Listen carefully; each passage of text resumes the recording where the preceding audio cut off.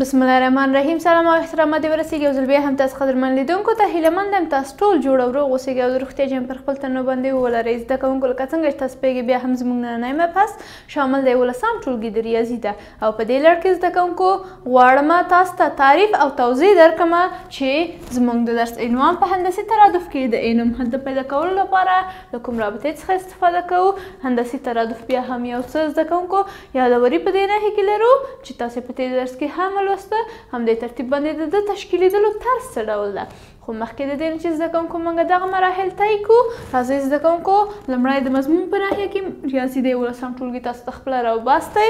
په دې ناحیه کې 129 او 130 پاڼې ته ګورئ چې په هندسي ترادف کې تاسو ته د انوم حد د پیدا کولو لپاره یو تعریف او یا هم رابطه تاسو ته معرفي کوي. نو هیله مند یم زده کوونکو تاسو په حسابي ترادف کې د انوم حد د پیدا کولو لپاره ټول هغه مبحث چې موږ لوستلی وو زده کړی مو وي. زده کوونکو زه غواړم دغه تفاوتوالی تاسو ته بیا هم په ګوته کړم، خو مخکې د دې نه چې زه د حسابي ترادف تاسو ته دغه رابطه ولیکم لومړی د هندسي ترادف دغه رابطه تاسو ته تشریح او توضیح کوم، وروسته د مقایسه په اساس باندې تاسو ته د حسابي ترادف رابطه د انوم حد پیدا کولو لپاره یې لیکم. موږ زده کوونکو ولوسته که چېرته موږ داسې یو سلسله ولرو چې A1 وي، A2 وي همدې ترتیب باندې، A3 وي همدې ترتیب باندې تر AN پورې ادامه ولري، موږ چې کله غواړو هندسي ترادف کې د د کیو یا فرق مشترک پیدا کو د نښې کې یا هم ګډ نسبت زده کوونکو پیدا کو. ښایي دې نښې کې لیکم په کیو باندې ورښیم چې A2 تقسیم د A1 په دې شکل باندې که چېرته زه وغواړم دغه رابطه په A1 باندې حل کړم دې نښې کې دغه ناحیه A1 مساوي کېږي.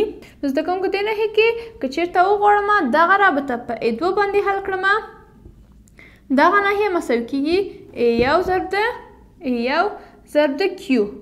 A1 ضرب د Q رابطه راځي، خو دا په یاد ولرئ چې A1 که چېرته موږ مساوي په A1 باندې ونیسو. راځئ زده کوونکو زه غواړم په دې نښې کې A3 پیدا کړم، بیا هم Q لیکم چون دې نښې کې A3 غواړم A3 تقسیم د A2 وایي کوم. ښایي که چېرته زه دا رابطه وغواړم A2 مې دلته پیدا کړ A3 را پیدا کړم مساوي کېږي دې نښې کې څه شی A2 ضرب د Q همدې ترتیب باندې د A2 قیمت دې نښې کې موږ لرو. ښایي دغه ناحیه کې به ولیکم چې A3 مساوي کېږي د A2 اصل قیمت چې موږ پورته ناحیه کې لاسته راوړی ده په دې ناحیه کې لیکم چې A1 ضرب د Q ضرب د Q.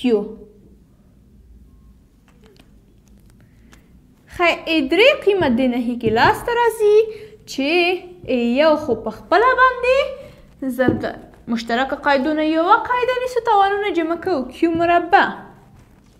همدې ترتیب باندې زده کوونکو تر n حده پورې تاسې کولی شئ تاسې دغه رابطې ته انکشاف ورکړئ.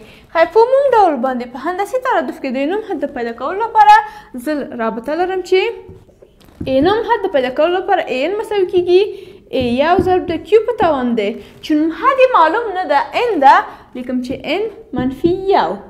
همیشه کوم حد چې تاسو څخه غوښتل شوی وي د هغه حد څخه یو مقدار کم په رابطه کې وضع کوئ. ښایي دغه په هندسي ترادف کې د انوم حد پیدا کولو لپاره رابطه ده. په هندسي ترادف کې د انوم حد پیدا کولو لپاره رابطه په دې شکل باندې ده.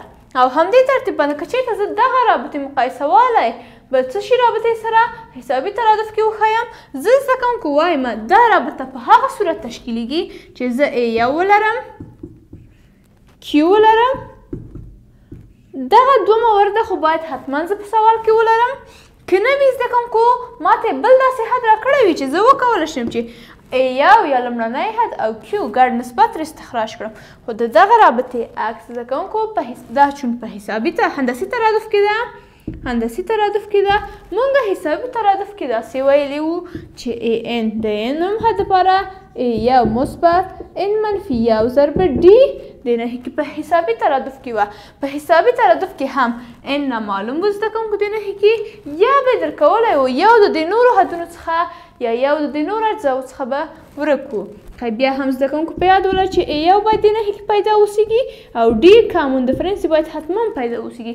که نه وي پیدا تاسو باید وکولی شئ یا هم سوال کې داسې اجزا درکړي چې تاسو د هغه په واسطه باندې نامعلوم حد پیدا کړئ. نو زده کوونکو اصل رابطه زموږ په هندسي ترادف کې د انم حد پیدا کولو لپاره د دې رابطې څخه استفاده کوو.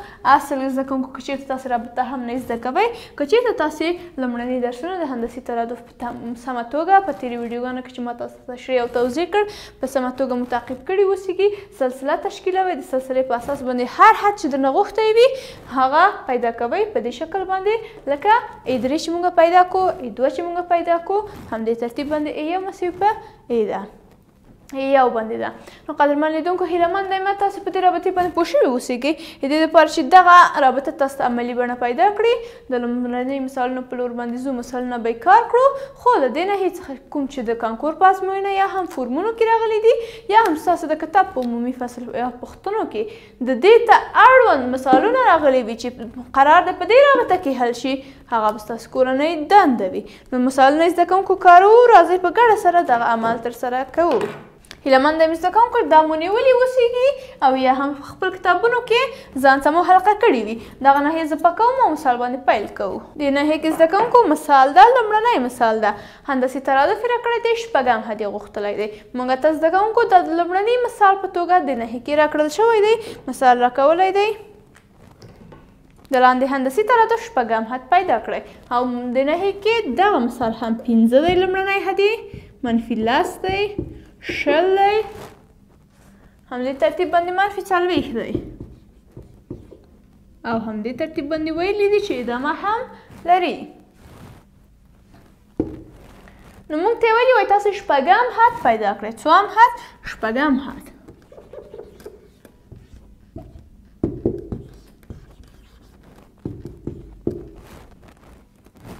زده کوونکو د سوال د حل لپاره د ممکنې او زده کړو طریقو څخه او یا هم کوم قوانین چې په هندسي ترادف کې د انم حد پیدا کولو لپاره موږ مخکې تاسو ته تشریح او توضیح کړ دغه ټول مراعات کوو او مثال باندې ورځو.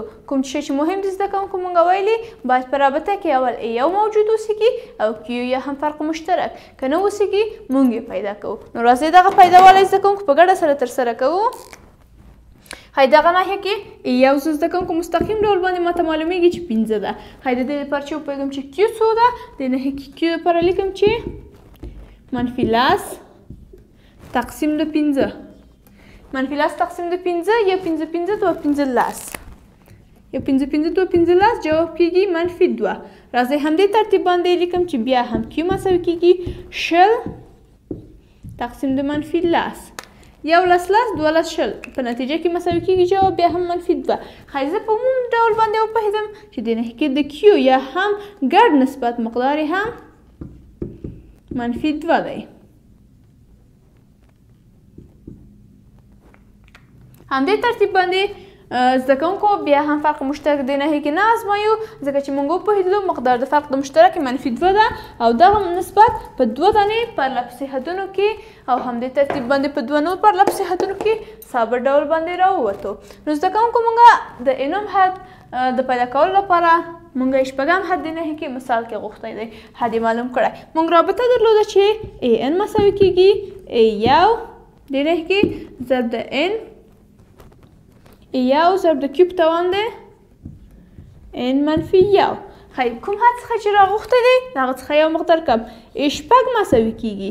یو مقدار موږ ته معلوم شو چې 15 و لیکو یې، Q مقدار موږ ته معلوم شو چې -2 شو، -2. N مقدار شپږ -1 شپږ مساوي کېږي 15 ضرب د شپږ -1 کېږي 15 او 2 په نومه د 15 چون قاعده منفي د توان هم طاق ده نتیجه منفي عدد کېږي 2 په نومه د 15 کېږي 22 -22. شپږ مساوي کېږي د ناحیه کې مثبت ضرب منفي د ناحیه کې علامه منفي کېږي مثبت ضرب منفي منفي 15 12 15 3 15 یو اصل و 14 نتیجه یې 18 شوه. زموږ شپږم حد د د نهیکي مقدار 1.8 شو. زده کوونکو هیله مند یم په دې مثال باندې پوهېدلي اوسیږئ او همدې ترتیب باندې کومه مشکل حد د نهیکي نه درلوده، په مستقیم ډول باندې مثال کار شو، مقدار قیمت یې هم منفي 1.8 راووتو. د بل مثال په لور باندې ورځو، دا مثال هم په ګډه سره کارو تر څو تاسو دغه مناقشه په ډېر ښه ډول باندې زده کړئ. ښایي زده کوونکو راځئ په ګډه سره کارو. بل مثال کې هم زده کوونکو راځئ ګورو چې څه شی تاسو څخه غوښتلی دي. بل مثال ده 8.4.2. 8.4.2 لکه څنګه چې زده کوونکو معلومیږي دغه ترادف د کمیدو په لور ده، یا هم مخکې د دې نه چې موږ تفاوت مشترک نسبت مشترک پیدا کړو، ترادف چې د زده کوونکو متناقص ده 2 همدې ترتیب باندې ویلي دي چې ادامه لري. ښایي دغه ادامه والا به زده کوونکو بیا هم په پام کې نیسو. ویلي دي چې تاسې 12 حد په لاس راوړئ. هندسي ترادف یې هم په سوال کې ذکر کړی دی. سوال کې چې ذکر شوي دي مخکې د دې نه بیا هم زده کوونکو بیا هم یو حد په خپله باندې پیدا کوو چې 8 ده.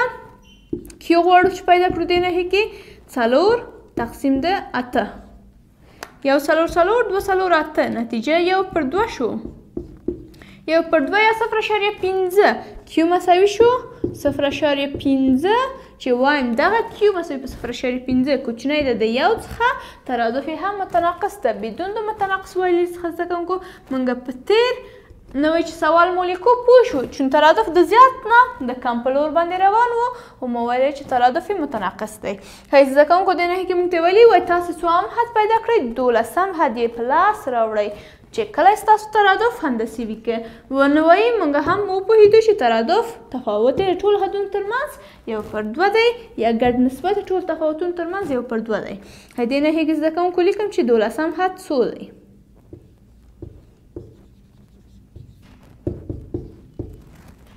ښایي موږ زده کوونکو رابطې څخه استفاده کوو. رابطه an وه، د n په ځای باندې غوښتل شوی حد a1 ضرب د q په توان د n منفي 1.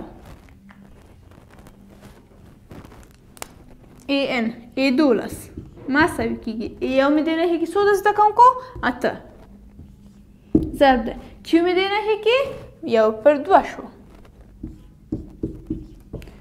دې نهي کې زده کوونکو 12 منفي 1 یا هم دایرکټ تاسې کولی شئ مستقیم ډول باندې ولیکئ چې 11 همیشه کوم حد چې درکوي یو مقدار د هغه څخه کم، خو بیا به n منفي 1 نه استعمالوئ، صرف به همغه مقدار یې لیکئ. ښایي a12 دې نهي کې مساوي کیږي 8 په خپله باندې 1/2 په توان د 11، 1/2 په توان د 11، یو په هر توان بیا هم یو ده، 2 په توان د 11 دې نهي کې څېړو.